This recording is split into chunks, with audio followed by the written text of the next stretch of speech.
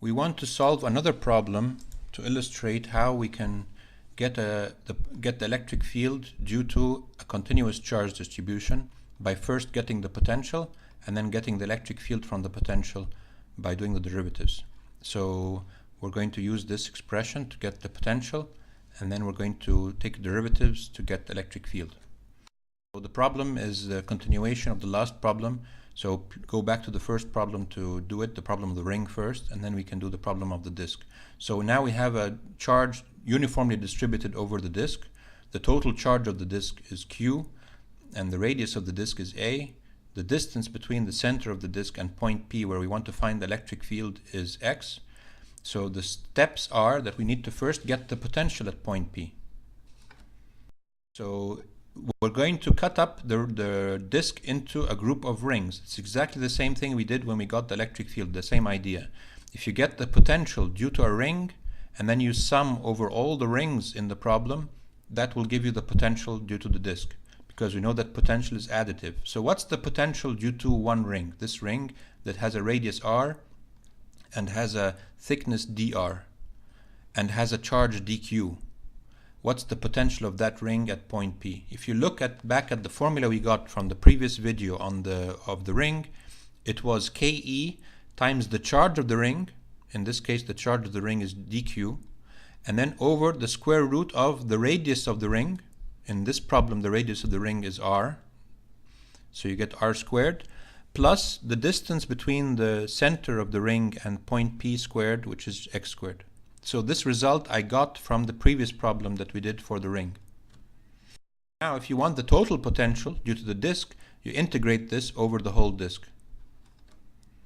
So how this kind of charge distribution is a surface charge distribution. So how can we replace dq? As we've done many times before, dq is sigma dA, and the element of area, that's the area between these two circles of very small difference in radii, is 2 pi r dr.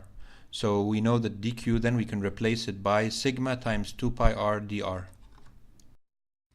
Okay, so now we're ready to integrate. So let's take out some constants.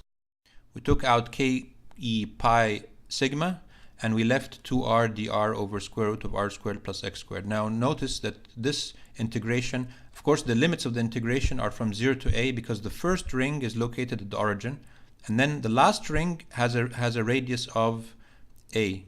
It's the one that the ring that's right at the end, the rim of the disk. So the limits are from 0 to a. Now how to do this integration? You can notice here you have a variable r squared, and you have its derivative here, 2r dr. So we can make a substitution, call a new variable r squared plus x squared, call this a new variable, and then du is 2r dr. So we can take away the 2r dr and put instead of it du, and we can take away the square root of r squared plus x squared. We can put instead of it u squared, u to the power half. And then you have to change the limits of the integration. The limit here was 0, but when r is equal to 0, then u is equal to x squared, and when r is equal to a, then u is equal to a squared plus x squared. So you have to change the limits too, and then you do the integration and you get this result. So the final result is that the potential at point P is this expression.